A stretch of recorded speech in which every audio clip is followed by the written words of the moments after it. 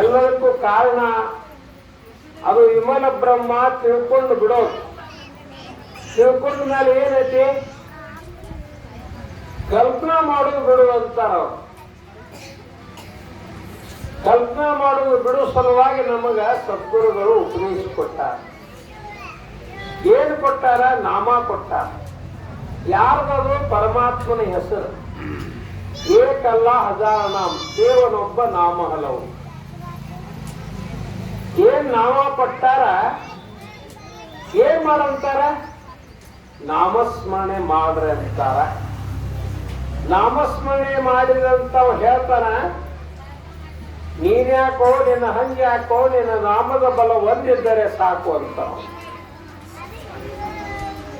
ದೇವರ ಸಹಿತ ಬೇಕಾಗಿಲ್ಲ ಅಂತಾನೋ, ನಿನ್ನ ಹಂಗನ ಬೇಡ ಅಂತಾನೋ ದೇವರಿಗೆ. ನಿನ್ನ ನಾಮ ಒಂದು ಇತ್ತಂದ್ರ ಮುಗೀತು. ಆ ನಾಮದೊಳಗೆ ಏನಂತೀರಿ? ಏನಂತಿ? ಏನಿಲ್ಲ. ಇಡೀ ಬ್ರಹ್ಮಾಂಡನ ಆ ನಾಮದೊಳಗಡೆಗಿಲ್ಲ. 3 लोक और 14 भुवन, एक श्वास का मूल रे, तुलसी कहे राम भजन व्रता श्वास मत छोड़.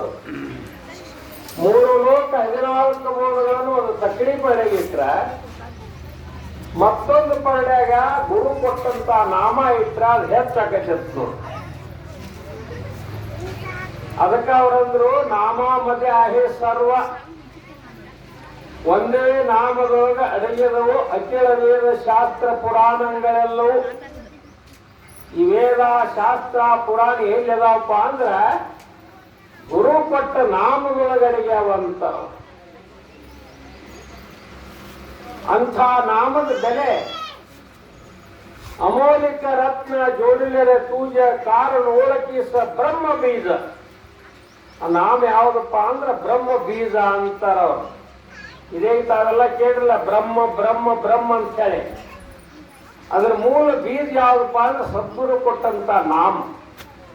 ಅಲ್ಲಿ ಆಲದ ಮರ ಅದ, ಅದ್ರ ಬೀಜ ಎಷ್ಟು ದೊಡ್ಡದ?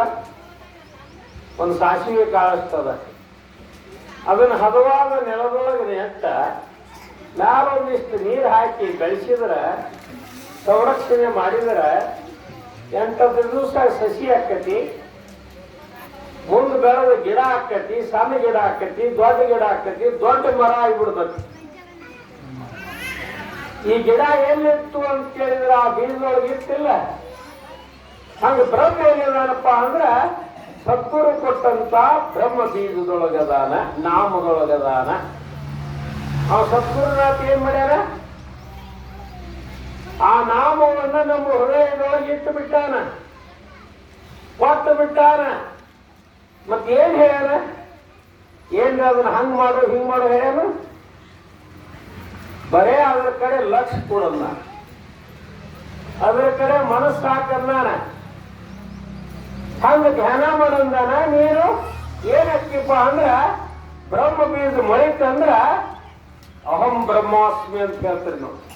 ನಾನೇ ಬ್ರಹ್ಮ, ಅಯಮಾತ್ಮ ಬ್ರಹ್ಮ, ನನ್ನ ಆತ್ಮನ ಬ್ರಹ್ಮ. ತತ್ವಮಸಿ, ಅವನೇ ನಾನು, ನಾನೇ ಅವನು. ನಾನು ನೀನು ಅಷ್ಟ. ಸರ್ವಂ ಕಲಿದಂ ಬ್ರಹ್ಮ ಅಂತಾರ ಅವರು. ಎಲ್ಲನೂ ಬ್ರಹ್ಮನ.